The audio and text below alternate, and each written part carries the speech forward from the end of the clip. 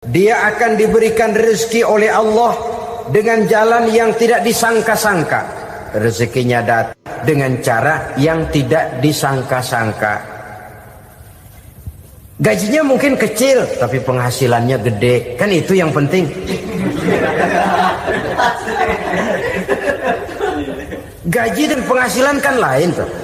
Boleh jadi gaji kecil, asal penghasilan gede, kan nikmat hidup itu. Nah, penghasilan ini ada yang bisa kita perkirakan.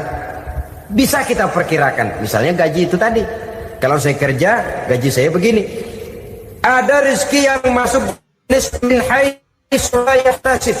Tidak kita sangka-sangka, tidak kita duga-duga, tahu-tahu ada saja rezeki.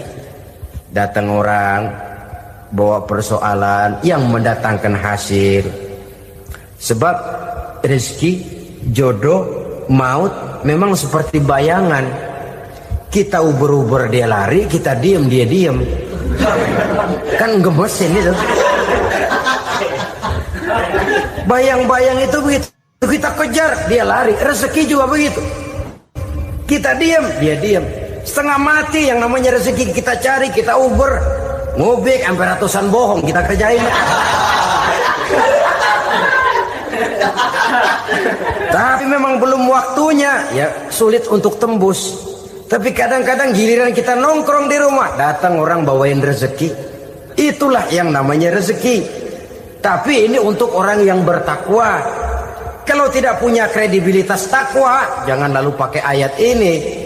Diberikan Allah dengan rezeki dengan jalan yang tidak disangka. Kan ada ayatnya dah. Kita mah manteng aja di rumah dah. Ntar juga tuh rezeki datang. Ini fasilitas yang diberikan kepada orang yang wa may yattaqillah, bertakwa kepada Allah, yarzuqhu min haitsu la yahtasib, diberikan rezeki dengan cara yang tidak disangka-sangkanya. Maka kadar ketakwaan jangan membuat kita buruk sangka. Tuh orang ya nggak kemana-mana, duitnya ada aja. Kalau dia takwa, Allah berikan jalan keluar. Yang lantas ngelihat kiai orangnya ahli ibadah, ilmunya tinggi, akhlaknya luar biasa, takwanya tinggi, rezekinya lancar, lalu husnuzon nih kiai nggak kemana-mana, duitnya banyak, miara tuyul kali ini. Itu termasuk jaminan Allah yang masuk kategori min haitsu la yahtasib. Yang ketiga, yaj'al lahu min amrihi yusra, dimudahkan segala urusannya. Dimudahkan segala urusannya. Kemudian yang keempat, yukaffir anhu sayyiatihi wa yu'azzim lahu ajra, diampuni segala kesalahannya dan dibesarkan pahala kebaikan yang dikerjakannya. Al-Quranul Karim memberikan tuntunan dan ajaran kepada kita bahwa orang-orang yang memperoleh kemenangan itu tidak lain adalah orang-orang yang bertakwa. Hanyalah mereka yang bertakwa kepada Allah Subhanahu wa ta'ala pada akhirnya akan tampil sebagai pemenang. Lalu siapa orang yang bertakwa itu? Dijelaskan dalam awal-awal Al-Baqarah. Orang yang bertakwa yang akan meraih kemenangan, pertama, allazina yu'minuna bil ghaib, yaitu orang-orang yang beriman kepada yang gaib. Percaya bahwa ada alam yang gaib, alam yang abstrak, alam yang tidak bisa dijangkau oleh salah satu daripada panca indera kita. Mereka percaya dan beriman kepada adanya malaikat, beriman kepada adanya iblis dan jin, beriman kepada adanya alam kubur, beriman kepada adanya alam mahsyar, beriman kepada adanya alam akhirat, beriman kepada adanya surga dan neraka. Beriman bukan cuma sekedar beriman dalam ucapan bibir saja, tetapi beriman yang nilai iman itu mampu mewarnai gerak dan gaya hidupnya. Iman yang meresap sampai ke tulang sumsum, kemudian memberikan dampak positif di dalam kehidupan manusia. Alam, kita tahu, adalah sesuatu yang selain Allah, dan Allah bukanlah alam. Apapun namanya selain daripada Allah, itu adalah alam. Alam pada hakikatnya terbagi menjadi dua. Ada alam syahadah, alam nyata, alam konkret, alam yang bisa dijangkau oleh salah satu indera kita. Kemudian ada alam ghaib, alam yang tidak bisa dijangkau oleh panca indera kita, alam metafisika, alam abstrak, alam yang wajib kita imani keberadaannya. Kita percaya bahwa malaikat itu ada. Kita percaya kepada jin, bahwa jin itu ada. Kita percaya kepada adanya iblis dan setan. Bukan percaya kepada iblis dan setannya, percaya bahwa iblis dan setan itu ada. Itu termasuk salah satu daripada sifat orang yang bertakwa kepada Allah. Saudara-saudara kaum muslimin rahimakumullah, kecenderungan pembangunan yang lebih bersifat materialistis biasanya menggeser aspek kehidupan rohani. Orang berpikir empiri, dan dalam pola pikir yang demikian maka alam gaib tidak lagi mendapat perhatian. Aspek kehidupan yang bersifat rohaniah malah mulai ditinggalkan. Akibatnya terjadilah kepincangan di dalam kehidupan kita. Pernah ada satu pengalaman pribadi dalam perjalanan kembali ke tanah air. Dalam pesawat di sebelah kanan saya duduklah seorang Jerman namanya Heiner Simonsen. Iseng saya ajak kenalan, saya ajak ngobrol, saya tanya dia. Saya bilang, Mas Heiner ini, kalau pesawat yang kita tumpangi ini jatuh ke bawah, kira-kira apa yang bakal terjadi, Mas? Dia bilang, kita semua akan mati. Begitu? Iya. Oke. Apa itu mati? Tanya saya. Dia bilang, untuk tahu apa itu mati, kita harus tahu lebih dahulu apa itu hidup. Saya pikir nih bule bisa ngomong juga.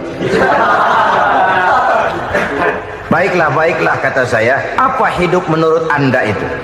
Oh, hidup itu dia bilang, kalau seluruh anggota badan kita bekerja secara normal, paru-paru memompa darah secara normal, jantung berdetak secara normal, sel-sel tubuh bekerja secara fit, dan organisme tubuh hanya mau bekerja secara normal, dia bilang, kalau kita memberi makan yang cukup, menu yang teratur, dan gizi yang lengkap. Saya bilang, kesimpulannya apa, Ner? Dia jawab, hidup adalah dari tangan ke mulut. Life is from the hand to the mouth, kata dia. Hidup adalah dari tangan ke mulut. Jadi masalah hidup tidak lebih daripada masalah isi perut. Orang pergi pagi, pulang sore, peras keringat, banting tulang, perut yang dibelain. Saya bilang, you are wrong. Sampean salah, Ner. Kamu orang Islam bukan? Bukan. Pantas. Kenapa saya salah? Dia bilang, ya jelas salah. Salahnya di mana? Kamu ini manusia. Kalau hidup cuma dari tangan ke mulut, saya bilang, kambing di kampung saya juga begitu pikirannya, Ner.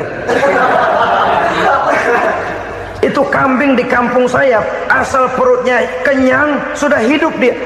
Perkara besok bagaimana, lusa prospeknya macam mana, bulan depan ada apa, kambing nggak pernah mikir. Di kampung saya kambing juga pikirannya begitu. Kamu Kristen ya? Tadinya. Loh kok tadinya, lalu apa sekarang kamu ini? Dia bilang, sekarang saya netral. Saya tidak beragama, tapi saya percaya kepada Tuhan sebagai pencipta alam.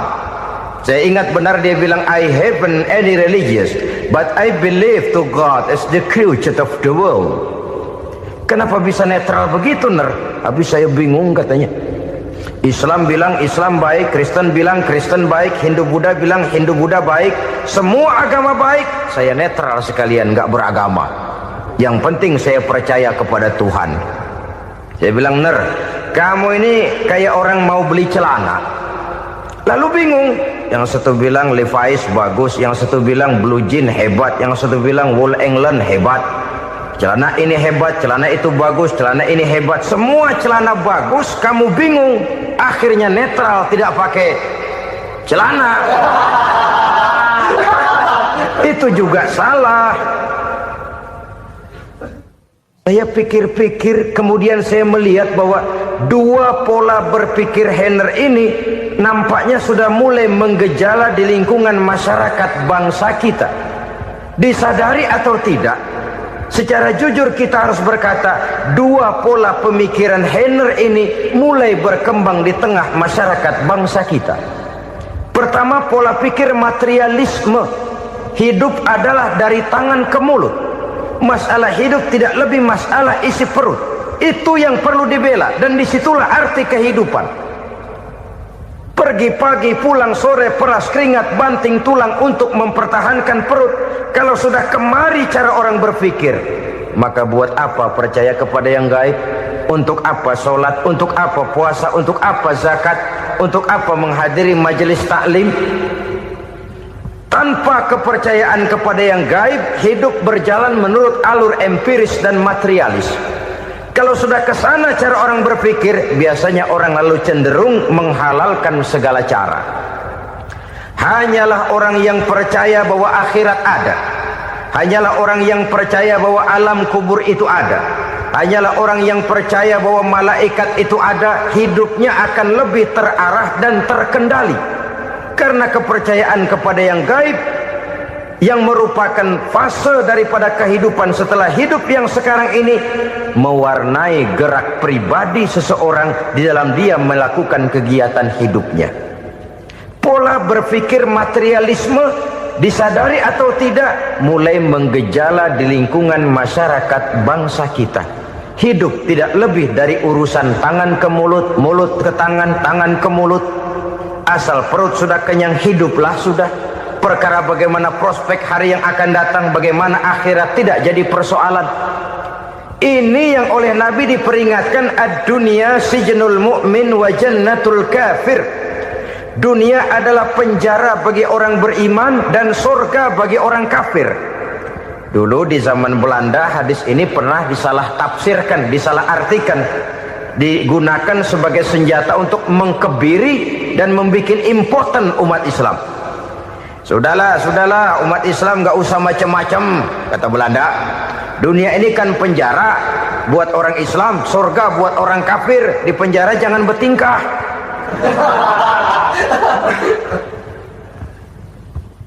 Pengertiannya tidak begitu.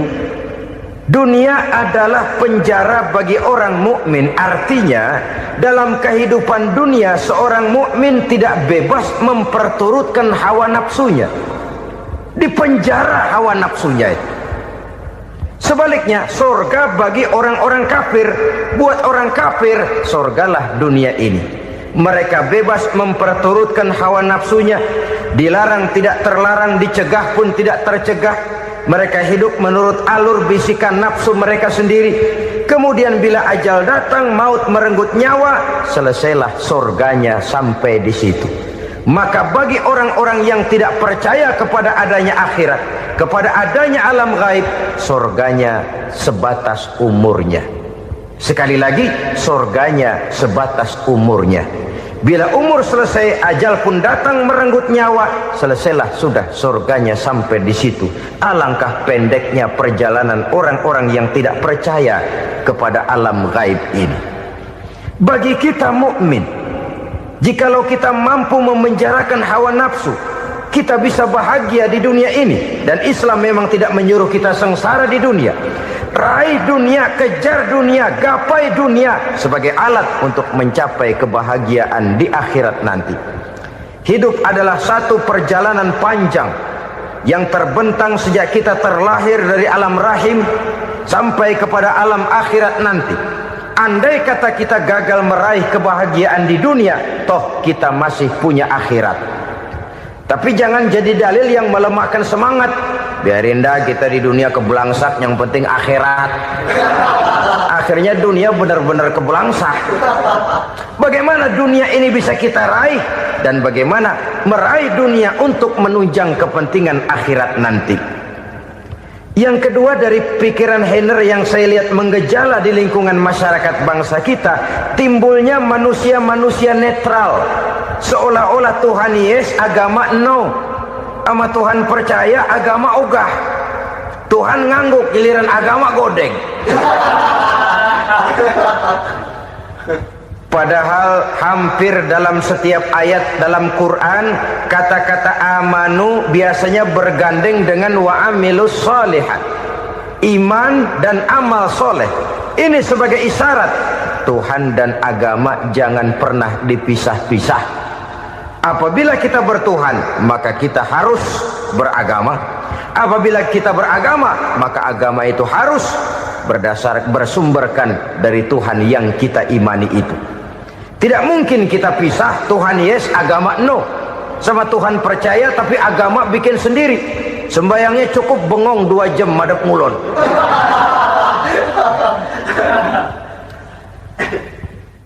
Saudara-saudara kaum muslimin rahimakumullah.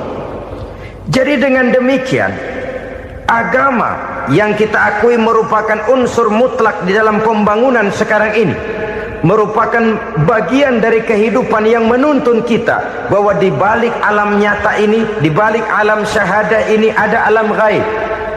Dan mudabbir, murabbi, yang mengatur, yang menguasai, yang memelihara baik dia alam nyata, baik dia alam gaib, tidak lain adalah Allah Subhanahu wa ta'ala. Di sana ada satu super power, satu maha kekuatan yang kita perlu bersandar kepadanya. Sebagai makhluk nyata yang hidup di alam nyata, berbuatlah secara nyata sebagaimana harusnya kita berbuat. Karena Islam jelas bukan agamanya orang pemalas. Islam jelas bukan agamanya orang yang mengajarkan setelah selesai sholat boleh duduk, nggelenggem ayam-ayam, ndelohom, menghitung bintang di langit sambil menunggu keajaiban. Tidak. Islam adalah agama yang mengajarkan apabila sholat sudah selesai kamu kerjakan, bertebaranlah di permukaan bumi, cari karunia Tuhanmu. Jangan hidup berpangku tangan menunggu keajaiban, karena hidup bukan undian. Jangan berharap untung besar tanpa mau peras keringat. Tapi di sebalik itu toh kita juga harus yakin bahwa di sisi usaha nyata yang kita lakukan ada satu super power, satu maha kekuatan gaib yang menentukan berhasil dan tidaknya usaha kita. Kepercayaan kepada hal semacam inilah yang mendorong kita untuk mempunyai sandaran vertikal, agar jikalau usaha ini berhasil, kita tidak lupa diri dan lupa daratan. Jikalau usaha ini gagal, kita tidak putus asa dan buruk sangka, tidak cupik pandangan dan sempit hati, tapi mampu melihat persoalan dengan kacamata putih sambil husnuzon kepada Allah Subhanahu wa ta'ala. Kita percaya malaikat itu ada. Ada yang namanya Raqib dan Atid, mengawasi gerak hidup kita sampai kepada gerak hati kita. Ini memberikan sugesti agar kita berhati-hati, tidak sejengkal tanah pun kita bisa berlindung dari pengawasan Raqib dan Atid. Ada Munkar Nakir yang akan menyoal kita di alam kubur. Ada malaikat Malik, penjaga neraka. Ada malaikat Ridwan yang menjaga surga.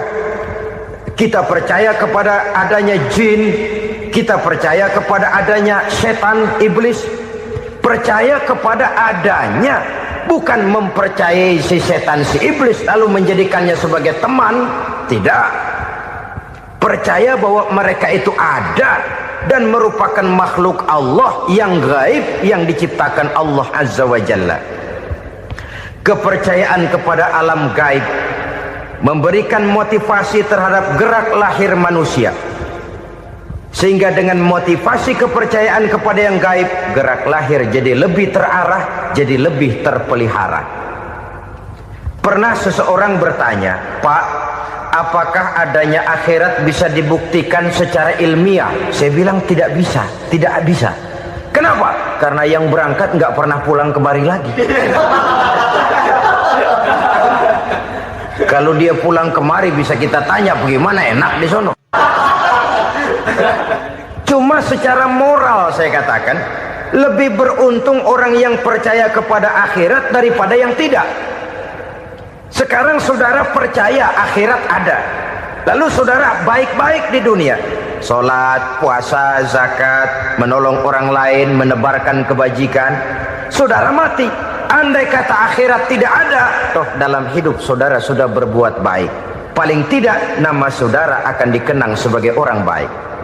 Sebaliknya, saudara percaya, kata saya, bahwa akhirat tidak ada, lalu hidup semau-maunya, tenggelam dalam maksiat dan munkarat, menentang Allah, tidak mau ruku dan sujud. Lalu saudara mati, kemudian akhirat ada, ayo mau apa? Bekal tidak punya. Jadi secara moral lebih beruntung orang yang percaya kepada adanya akhirat daripada yang tidak percaya.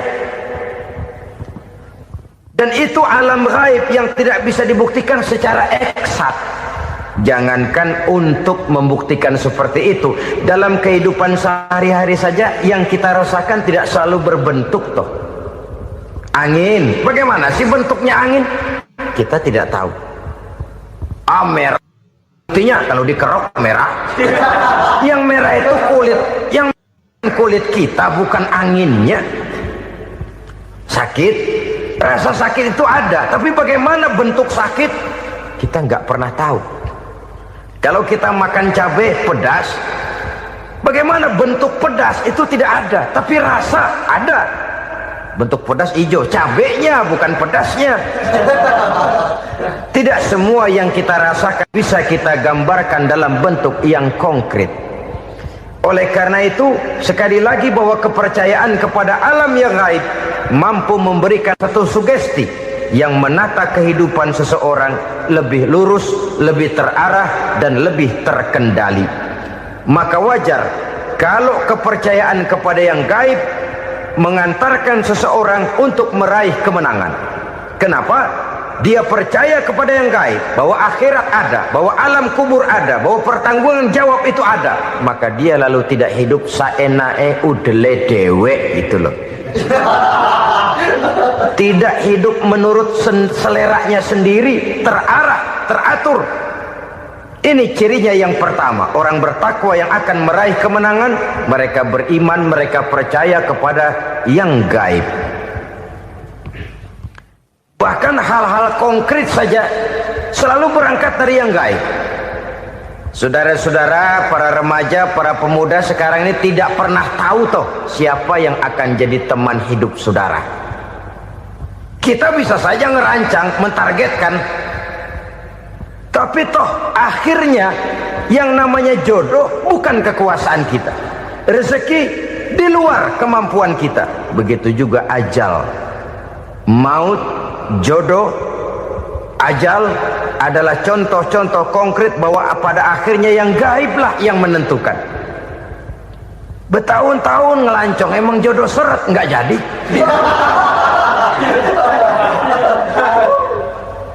Begitu kenal baru setengah malam nginep ditangkap hansip.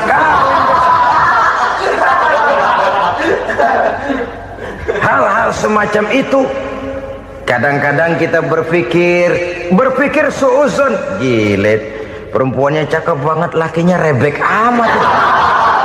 Memang begitulah jodohnya. Memang begitulah jodohnya. Saudara hadirin ma'asyiral muslimin yang saya hormati, jadi hal-hal yang konkret saja kita yakini sepenuhnya ditentukan oleh satu superpower yang gaib itu tadi. Dari sanalah segala ketentuan itu berangkat, dan kesanalah segalanya akan kembali. Maka kepercayaan kepada yang gaib meluruskan gerak hidup seseorang, dan itu akan mengantarkan dia kepada meraih kemenangan. Satu. Yang kedua, wa yuqimuna shalah. Orang bertakwa yang akan meraih kemenangan itu adalah orang-orang yang mendirikan sholat. Kenapa sholat mengantarkan orang untuk meraih kemenangan? Yang jelas, inna sholata tanha anil fahsya'i wal munkar. Sholat mampu mencegah manusia dari perbuatan keji dan munkar. Banyak filsafat hidup yang terkandung di dalam solat ini.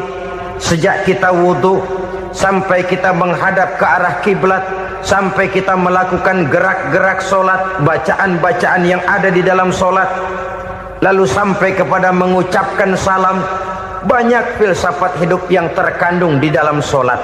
Umpamanya saja, setelah takbiratul ihram, mulai kita dengan solat dalam posisi berdiri. Diajarkan dalam kitab-kitab fikih agar kita melihat ke arah tempat sujud.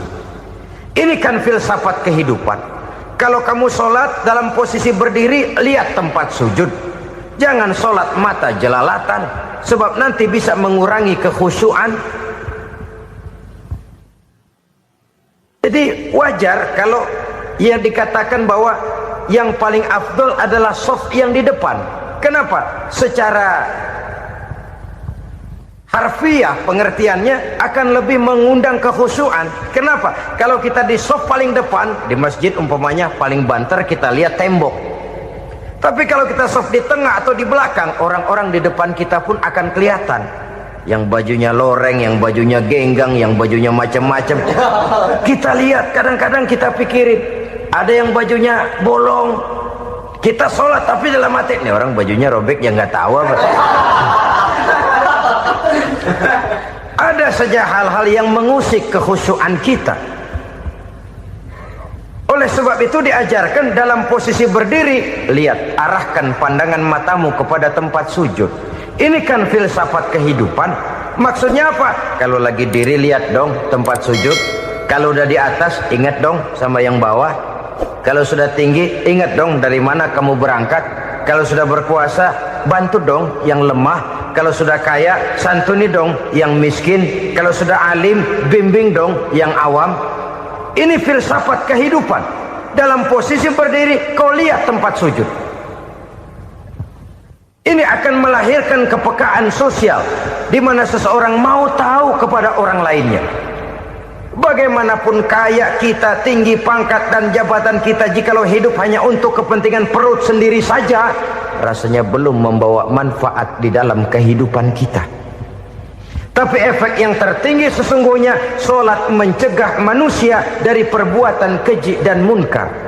Perbuatan keji dan munkar, walaupun kelihatannya mendatangkan uang, membawa keuntungan, tapi itu keuntungan semu, keuntungan sementara. Dengan menipu orang lain kita bisa dapat untung, tapi tidak membawa berkah. Dan itu adalah kerugian besar dalam kehidupan kita. Maka untuk meraih kemenangan, harus dimulai dengan membentuk kepribadian yang tegar, memiliki sandaran vertikal yang langsung kepada Allah Subhanahu wa ta'ala. Dan itu hanya bisa kita tempuh melalui jalur ibadah formal yang sudah ditentukan Allah, yakni solat yang 5 waktu. Untuk memperkuat itu, ada solat-solat sunnah, rawatib, nawafil, sebagai terminal-terminal kontrol cadangan untuk memelihara stabilitas temperatur batin di dalam kita berhubungan dengan zat yang maha gaib, yaitu Allah Subhanahu wa ta'ala. Orang sering bertanya, Pak, itu tetangga saya nggak sholat, duitnya nggak habis-habis, Pak. Nggak sholat tapi mobilnya tambah terus. Nggak sholat tapi usahanya makin maju. Tapi di sisi lain ada orang yang rajin sholat, rezekinya butak bener. Anaknya mana kurus, mana korengan. Saudara hadirin ma'asyiral muslimin rahimakumullah, harus saya katakan bahwa solat memang bukan untuk cari duit. Solat adalah sandaran vertikal kita kepada Allah. Sedangkan soal rezeki itu berkaitan dengan sifat Allah maha pengasih dan maha penyayang. Allah maha pengasih, siapapun dikasih kalau mau usaha. Allah maha penyayang, tidak semua orang disayang oleh Allah Azza wa Jalla. Dan belum tentu banyak harta itu merupakan nikmat. Mungkin juga istidraj. Artinya istidraj itu dikasih tapi diambulin, kalau bahasa Betawinya itu. Dikasih tapi diambulin, itu bukan merupakan nikmat sesungguhnya, lebih merupakan azab dari Allah Subhanahu wa ta'ala.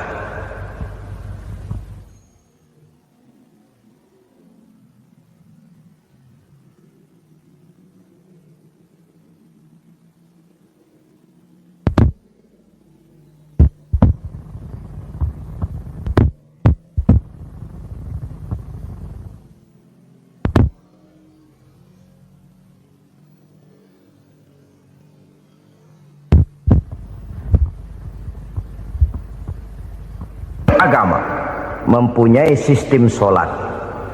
Dan kita umat Islam telah dituntun oleh Allah Subhanahu wa ta'ala yang wajibnya 5 kali dalam sehari semalam mendirikan sholat. Dan itu tentu berada dalam jangkauan kemampuan manusia. Pada awalnya barangkali kita memang merasa sholat itu satu kewajiban. Tapi semakin kita hayati makna, manfaat dan filsafat yang terkandung di dalam ajaran sholat, semakin sampai kita kepada keyakinan bahwa sholat adalah keperluan kita. Sehingga pada waktu tertentu dinilai puncaknya, kita tidak lagi akan berkata saya wajib sholat, tapi kita akan berkata saya perlu sholat. Kalau kita sudah merasakan itu adalah keperluan kita, nah di sanalah kita baru akan merasakan ruginya kalau hal itu tidak kita laksanakan.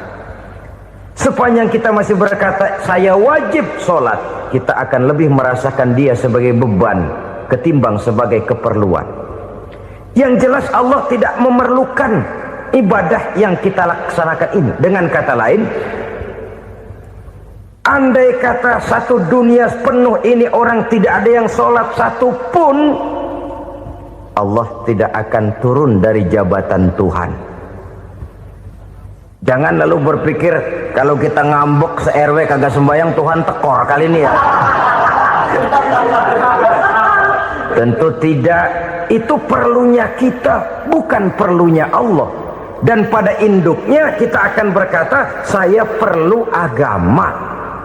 Kalau secara induk kita sudah memerlukan agama, maka konsep-konsep yang ada di dalam ajaran agama itu pun adalah juga merupakan keperluan kita. Baik dia bernama sholat, baik dia bernama puasa, baik dia bernama zakat, baik dia bernama haji, seluruhnya adalah keperluan kita. Dan sesuatu yang kita perlukan apabila tidak kita laksanakan akan melahirkan kerugian di dalam kehidupan. Jangan heran kalau kita membaca riwayat perjalanan hidup para salafus soleh, orang-orang soleh. Ada yang tahajud sampai 100 rakaat, ada yang sholat malam kakinya sampai bengkak. Kita sekalinya bengkak biri-biri. Ada yang sholat membaca surah dalam Al-Quran sampai khotam Quran. Kok mau? Mereka sudah merasakan itu keperluan. Itu saja soalnya. Satu saat pun jikalau kita merasa bahwa itu keperluan saya, kita pun akan melaksanakan seperti itu. Keperluan saya dalam kehidupan. Inilah yang kedua. Yang ketiga, orang bertakwa yang akan meraih kemenangan itu, wa mimma razaqnahum yunfikun. Mereka membelanjakan sebagian daripada rezeki yang diberikan Allah kepada mereka. Mereka infakkan di jalan Allah. Ada satu dialog menarik. Satu hari seorang anak muda bertemu dengan seorang kakek-kakek yang sudah dikenalnya baik. Bertanyalah anak muda ini, "Kek, umur kakek berapa tahun?" 15 tahun, kata si kakek. "Anak kakek berapa orang?" 1. "Harta kakek berapa banyak?" 15 juta. Si anak muda ini bengong, lalu protes, "Kok kakek bohongin saya?" "Kenapa?" "Saya tahu umur kakek 70 tahun. Kenapa ngaku 15? Saya tahu anak kakek 5. Kenapa bilang 1?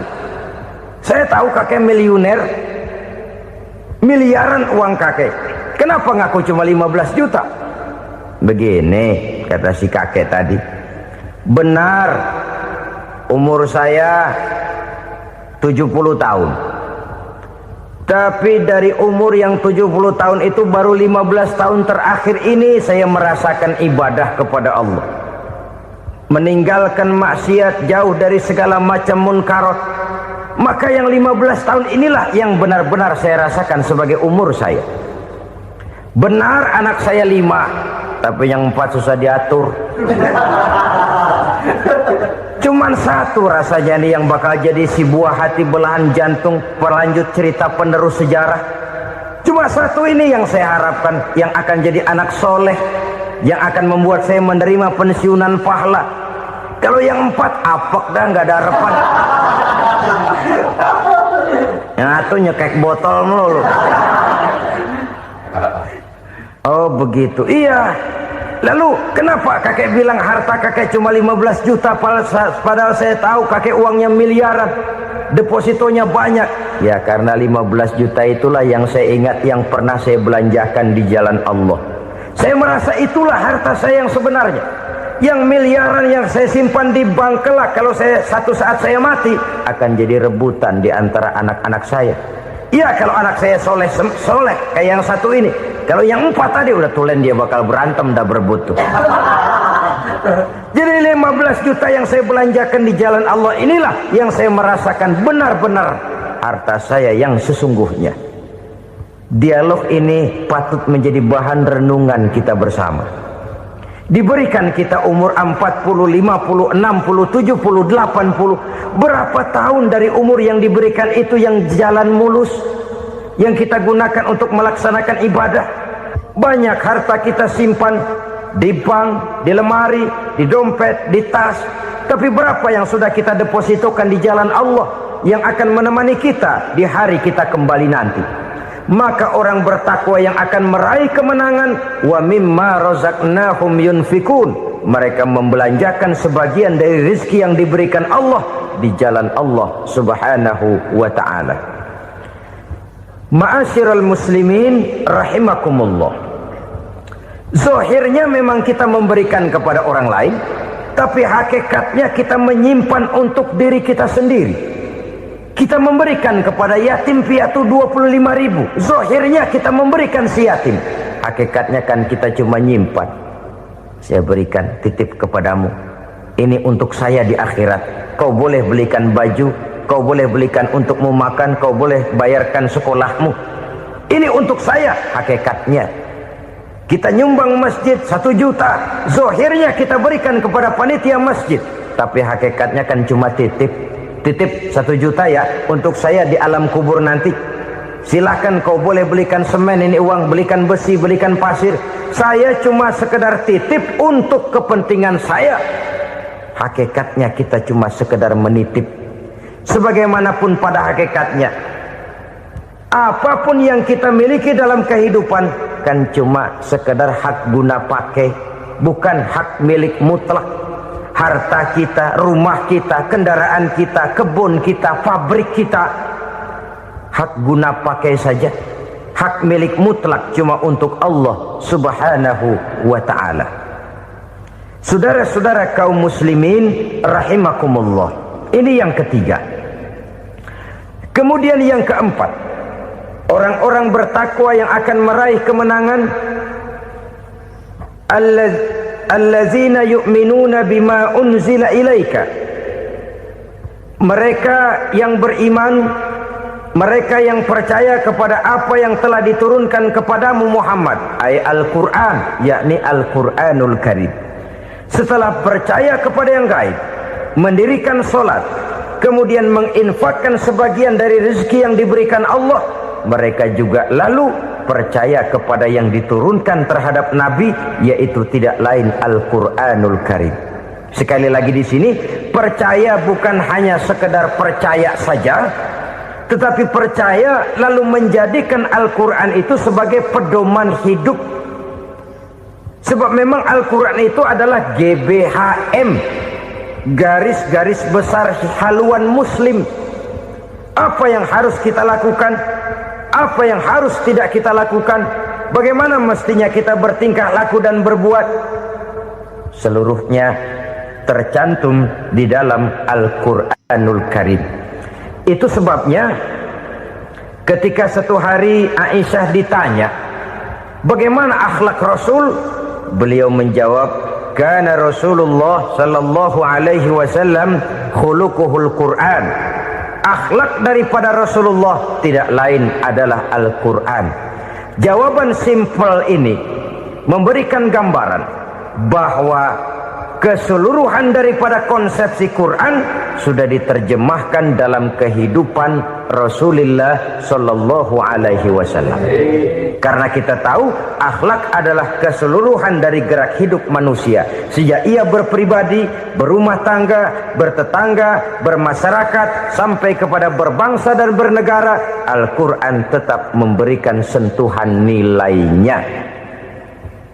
Oleh karenanya, orang-orang yang bertakwa adalah orang-orang yang menjadikan Al-Quran sebagai pedoman dalam kehidupannya. Dan kita yakini Al-Quran diturunkan kepada Nabi Muhammad bukan merupakan produk Nabi Muhammad. Isi dan redaksinya langsung dari Allah Subhanahu wa ta'ala.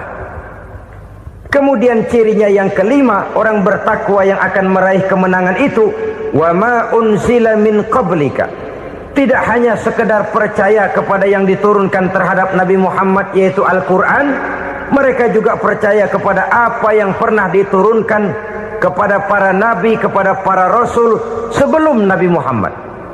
Percaya kepada adanya suhuf, percaya kepada adanya Taurat, percaya kepada adanya Injil, percaya bahwa Allah dahulunya sudah menurunkan Taurat kepada Musa, percaya bahwa Allah sudah menurunkan Injil kepada Isa, percaya Injil ada, Taurat ada, diturunkan Allah untuk Isa dan Musa, tetapi tidak wajib mengamalkannya karena kita sudah diberikan Al-Quranul Karim. Ini yang perlu saya garis bawahi. Kita percaya Allah telah menurunkan Injil dahulu kepada Isa. Kita percaya bahwa Allah telah menurunkan Taurat dahulunya kepada Nabi Musa. Kadang-kadang ini dijadikan dalih, dikacaukan pengertiannya. Quran saja mengajarkan bahwa orang yang bertakwa harus percaya kepada Injil, maka pakailah Injil. Apalagi kalau ayat sebelumnya ditilap, dihapus, dihilangkan, Injilnya yang ditekankan, maka akan terjadilah penekanan yang salah arah. Karena salah arah akhirnya bisa merusak dan menghancurkan akidah. Ketika Rasul suatu saat pernah ditanya orang, "Ya Rasul, bagaimana sikap kita sebagai muslim terhadap Injil yang ada sekarang?" Beliau menjawab, "La tukadzibuhu jami'an wa la tusaddiquhu jami'an." Jangan didustakan seluruhnya, jangan juga dibenarkan semuanya. Artinya, ini sudah merupakan gambaran dari Rasul bahwa dalam Injil yang ada sekarang masih ada ajaran-ajaran tauhid yang dibawa oleh Nabi Isa dan diajarkan kepada umatnya. Tapi juga dalam Injil yang sekarang ini sudah terkena intervensi dan investasi manusiawi. Karena itu Rasul menyimpulkan, la tukadzibuhu jami'an wa la tusaddiquhu jami'an. Jangan didustakan semua, jangan dibenarkan seluruhnya. Kita memang percaya Allah telah menurunkan Injil kepada Nabi Isa dulu, tapi kita tidak wajib mengamalkan Injil. Kita percaya Allah telah menurunkan Taurat kepada Nabi Musa, tapi kita tidak wajib mengamalkan kitab ajaran Taurat. Yang wajib kita percayai dan kita amalkan hanyalah Al-Quranul Karim. Kenapa? Oleh karena baik yang ada di dalam Taurat, baik yang ada di dalam Injil, tentu tercakup di dalam Al-Quran sebagai kitab terakhir yang diturunkan oleh Allah Subhanahu wa ta'ala. Dan itu wajar. Kalau seorang pejabat mau mengeluarkan satu keputusan baru, tentu dia harus meninjau keputusan-keputusan lama. Andai kata dianggap tidak berlaku, dianggap tidak relevan lagi, maka keputusan-keputusan lama itu tentu sudah dianggap tidak berlaku.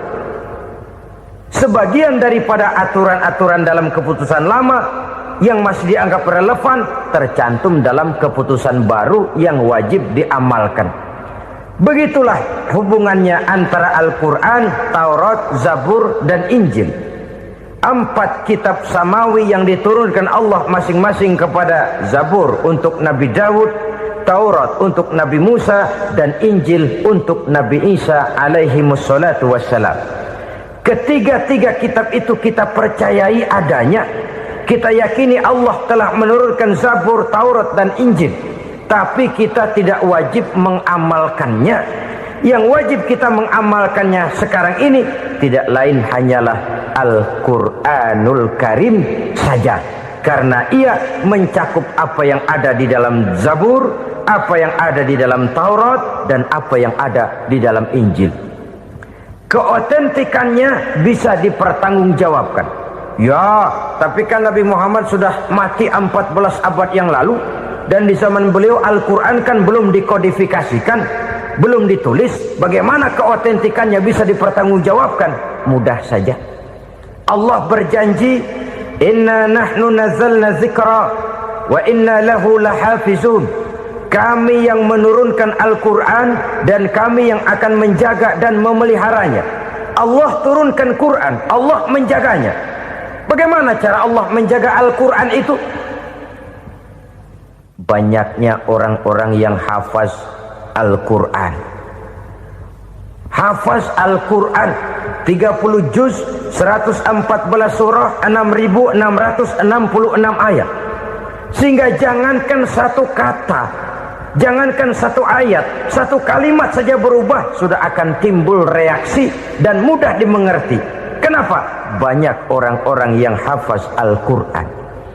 Sedangkan pada setiap akhir tahun biasanya malaikat Jibril selalu mengadakan checking terhadap ayat-ayat yang diturunkan pada waktu itu. Di zaman Nabi sendiri sudah ada usaha kodifikasi. Dan yang lebih luar biasa lagi, sampai hari ini tidak seorang pun mampu membuat satu ayat saja semacam Al-Quran. Ke bahasa manapun dia diterjemahkan, naskah aslinya tetap ikut, rujukan dasarnya tetap ada. Berdasarkan itu, maka tidak mungkin terjadi penyelewengan terhadap atau pemalsuan terhadap ayat-ayat Al-Quranul Karim. Kesuciannya, keotentikannya, kemurniannya bisa dipertanggungjawabkan. Ma'asyiral muslimin rahimakumullah. Oleh karenanya, konsepsi dasar daripada ajaran Islam ini memang tidak lain adalah Al-Quran dan Sunnah. Isi daripada agama Islam yang merupakan iman, Islam dan ihsan, konsepsi dasarnya tidak lain adalah Al-Quran dan Sunnah Rasulullah Sallallahu Alaihi Wasallam. Maka yang kita perlukan sekarang ini adalah terjemahan Al-Quran di dalam kehidupan kita. Dengan demikian, maka gaya kehidupan yang lebih Qurani itulah yang kita dambakan. Kita perlu memang terjemahan Quran dalam bahasa Inggris, dalam bahasa Belanda, dalam bahasa Jepang, tapi yang lebih kita perlukan adalah terjemahan Quran di dalam kehidupan kita. Konsekuen, tidak memanipulasi, ringan sama kita jinjing, berat sama kita pikul. Jangan kalau lempengan ayat Quran tuh kira-kira enak diamalin, keras teriakan kita. Giliran kira-kira ayat Quran itu mukul kepala kita sendiri, diam kita. Itu ciri yang pernah disindir Allah dalam awal-awal Baqarah juga itu. Ciri beragamanya orang yang munafik. Kullama adha'a lahum masyawfih, kata Allah. Wa iza azlama alaihim qamu. Apabila terang mereka jalan, apabila gelap mereka berhenti. Artinya, kalau kira-kira di Islam nguntungin, rame-rame pada teriak Islam. Tapi ketika diminta untuk berjuang, ketika dituntut untuk berkorban, rame-rame mengundurkan diri.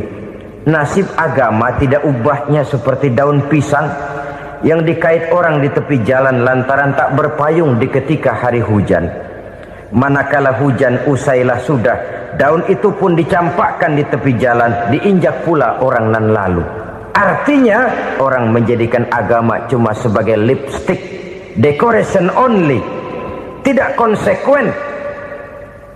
Hanya pada saat-saat kelihatannya Islam membawa keuntungan, rame-rame orang teriak-teriak tentang Islam.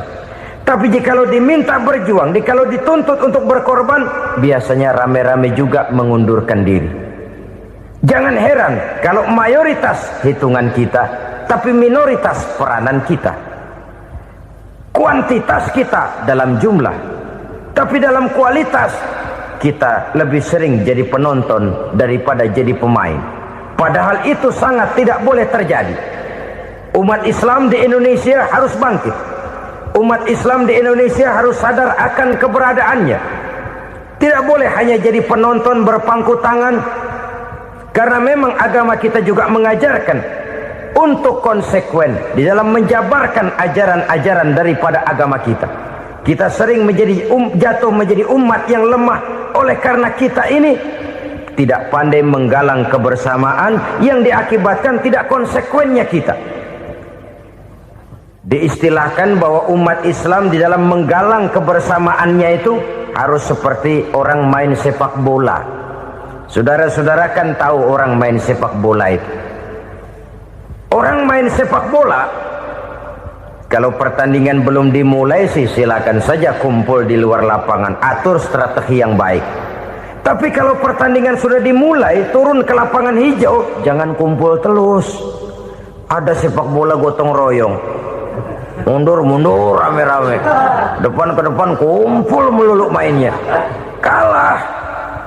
Orang main sepak bola itu ya harus ada penyerang tengah, harus ada penjaga gawang, harus ada strikernya, harus ada kiri luarnya, kanan dalamnya yang jadi backnya. Posisi boleh bermacam-macam, tapi yang penting saling ngoper untuk menggolkan gawang lawan. Begitulah umat Islam ini. Boleh ada yang jadi pejabat, boleh ada yang jadi pengusaha, boleh ada yang jadi petani, silakan ada yang jadi seniman, ada yang jadi penyair, ada yang jadi artis sekalipun. Tapi kalau sudah berhasil menguasai bola, jangan lupa operannya. Operan itu yang langka. Kita ini muslim kadang-kadang kalau sudah memegang menguasai bola, kalau belum mau mampus, belum mau ngoper. Nanti kalau sudah nggak punya bola, baru mau ngoper. Kalau sudah dengar-dengar mau dekat pensiun, baru mau jihad, baru mau berjuang, baru mau ngurus pesantren. Tanda tangan sudah tidak laku, memo sudah tidak dihargai, baru mau berjuang. Kemarin kemana mas? Kita tidak pandai memanfaatkan posisi. Dengan kata lain, kalau kembali kepada persoalan kita, konsekuensi kita terhadap agama yang kita anut ini belum ideal. Kita masih lebih sering berislam ini pada saat-saat yang menurut perhitungan kita membawa keuntungan. Tapi kalau diminta berjuang, dituntut berkorban, yang itu pun hakikatnya adalah untuk kepentingan kita juga. Allah tidak pernah menuntut kita untuk jihad bagi kepentingan Allah, itu tidak. Berjuang menegakkan agama Allah, apakah untuk kepentingan Allah? Tidak. Untuk kepentingan kita. Sebab nilai-nilai jihad itu pada akhirnya akan membawa kita kepada suatu kebahagiaan. Setidaknya kalau tidak di dunia, tentu di akhirat sebagai syahid. Oleh karena itu, pada bagian akhir ini saya ingin mengajak, marilah kita konsekuen. Sekali kita berkitabkan Al-Quranul Karim, mari dia kita jadikan pedoman. Jangan cuma kita jadikan sebagai penghias dinding, pelengkap rumah, bahwa di rumah kita ada Al-Quran, tapi yang baca kecoa. Habis pada bolong tuh Quran. Yang penting kan punya Quran. Ditaruh di pintu rumah. Biar apa? Biar kuntilanak kagak masuk katanya. Ya apa itu nasib Quran, cuma kerjanya jaga pintu, ngusir kuntilanak, ngusir memedi. Bagaimana kita hidup menurut tuntunan Al-Quran? Kadang-kadang tidak pernah menjadi masalah bagi kita. Maka bagaimanakah Al-Quran akan mungkin membawa keberkahan dalam hidup kalau ajarannya kita injak-injak dalam keseharian kita? Mewujudkan gaya hidup yang lebih Qurani, itulah yang akan kita rintis di dalam kehidupan kita, bertahap, step by step, menurut kemampuan yang ada pada kita. Jika jalan ini tidak bisa kita selesaikan, percayalah akan ada generasi penerus yang akan melanjutkan usaha dan cita-cita mulia itu. Jadi percaya kepada Taurat, percaya kepada Injil, sekedar percaya Allah dahulunya sudah menurunkan itu, tapi kita tidak wajib mengamalkannya. Kenapa? Generasi Injil masa berlakunya sudah kedaluarsa. Taurat masa berlakunya sudah kedaluarsa. Injil pernah berlaku untuk orang Nasrani di zaman Nabi Isa. Taurat pernah berlaku untuk orang Yahudi di zaman Nabi Musa. Setelah generasinya berlalu, datang Rasul penutup yang membawa Al-Quranul Karim, maka Al-Quran itulah yang berlaku menjadi pedoman sampai hari akhir nanti. Jangan jauh dari Al-Quran, karena apabila ini kita lakukan, maka kita akan kembali kepada satu gaya hidup yang jauh dari tuntunan agama, dan itu artinya kita akan semakin jauh untuk meraih kemenangan. Saudara-saudara kaum muslimin rahimakumullah, yang keenam, yang terakhir, orang-orang bertakwa yang akan meraih kemenangan itu wabil akhirati hum yuqinun. Mereka percaya, mereka yakin seyakin-yakinnya akan adanya hari akhir, di mana seseorang akan mempertanggungjawabkan seluruh perbuatannya di dalam hidup ini, dan tidak ada satu perbuatan yang bagaimana kecilnya sekalipun yang tersembunyi dalam pandangan manusia yang tidak akan dibukakan persoalannya di mahkamah Qadi Rabbul Jalil di akhirat nanti. Itulah sebabnya maka percaya kepada akhirat disebut secara khusus. Padahal di awal tadi sudah dijelaskan yu'minuna bil ghaib, percaya kepada alam gaib, dan alam gaib ini termasuk akhirat. Kenapa pada bagian akhir disebut lagi akhirat? Karena ternyata bahwa kepercayaan kepada adanya akhirat merupakan induk dari kepercayaan terhadap adanya malaikat, setan, jin, dan lain sebagainya, dan akan lebih memberikan sugesti dalam kehidupan manusia untuk meluruskan gerak hidupnya. Jikalau satu saat tergerak hati akan berbuat kejahatan, ingin mencuri, sadarlah, awas ada akhirat.